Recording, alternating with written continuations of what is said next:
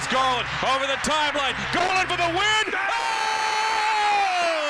Darius with the dagger. Darius Garland literally just saved me from crashing out. I don't want to talk about it though. He hit the logo shot for the win. The Cavs won by 3 against the Pistons. Obviously, there's a lot to talk about from this game. I'm going to get to it all. The good, the bad, the ugly. But ultimately, we got the job done. The Cavs moved 41-10. And we are approaching Thursday, which is the final day before the trade deadline. So yeah, a lot of stuff is about to go down, and I'm going to get to it all. But before I begin, I would really appreciate it if you would drop a like and subscribe. It only takes 5 seconds, plus you can always change your mind. We are on the road to 50,000 subscribers, and with your support, I believe that we can get there super fast. Alright, so as I mentioned, the Cavs just got out of Detroit with a 3-point win. It shouldn't have been this close. The last 2 minutes of the game was a complete atrocity. Georges Niang, absolutely useless player. I don't know why he still gets minutes, but at the end of the day, I guess with Dean Wade hurt, I mean, who else do you even put out there? The Cavs just have no size right now, and that is why I think it's pretty obvious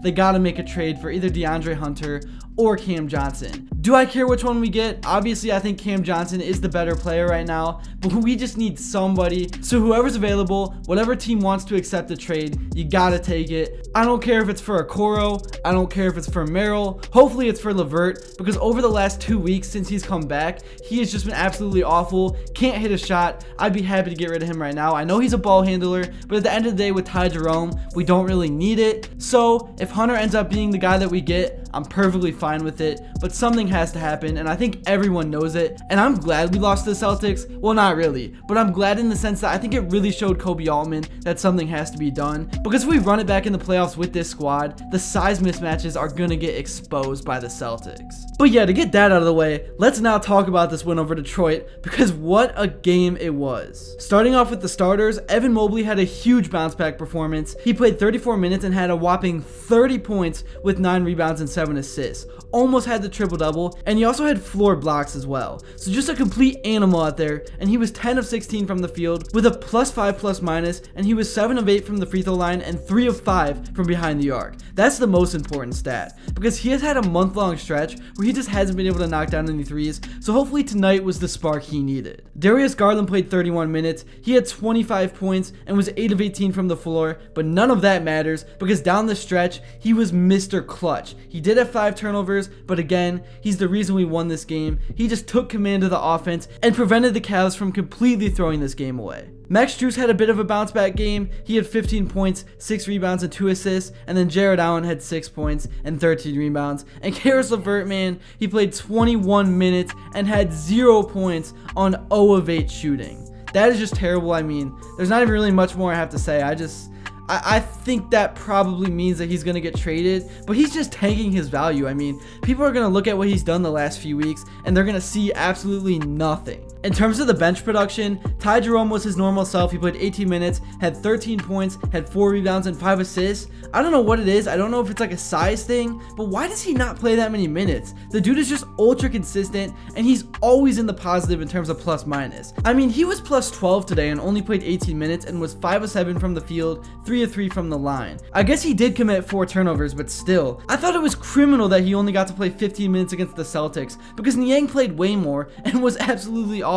I mean, in this game, Niang played 23. That's 5 more minutes than Ty Jerome played, and he had 7 points and 5 rebounds, and also committed a turnover and was 3 for 7. There's just, like, every time I look at the stat sheet, Niang is unproductive, and I don't know what he was doing down the stretch in crunch time. Absolutely horrific. Sam Merrill played 27 minutes. He had 6 points and was 2 of 4. Not a bad night. I love the length that he provides defensively, and he's been really starting to knock down shots in crunch time. And then Craig Porter Jr. out of nowhere had 16 points in 15 minutes and was 6 of 7 from the field. He just went off. The Pistons had no answer. They looked starstruck. But yeah, the way the Cavs closed out this game was just so bad, but at the end of the day, they got the job done, they got the dub, and that's all that mattered. And it was a back-to-back coming off of Boston, which was a very emotional game, so I get it. I know it's hard to play on nights like this, so ultimately all that matters, like I said, is getting the job done and walking out of enemy territory with a W. And I don't know how I haven't said this yet, but they were without Donovan Mitchell, so that's a huge factor. That's obviously their superstar. And I mean, Cade Cunningham is a really good player. And the Pistons aren't a bad team. They're probably going to make the playoffs.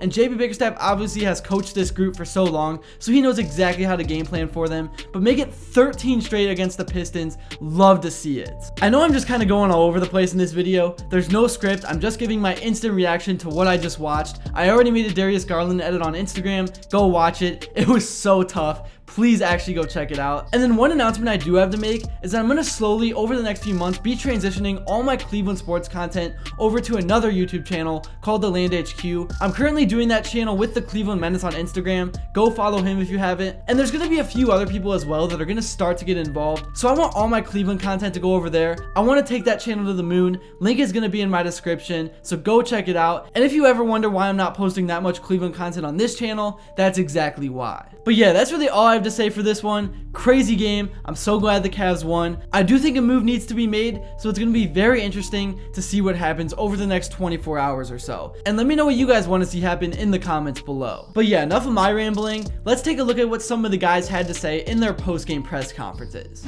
Kenny, what was your view of the Darius Garland Buzzer Beater at the end there? I mean, incredible. We had a play set up, and he disregarded the play and went and made a play. If that makes sense. Yeah. When did you know? Did you know it was one of those things where it was going in when it left his hand? Kind of, yeah.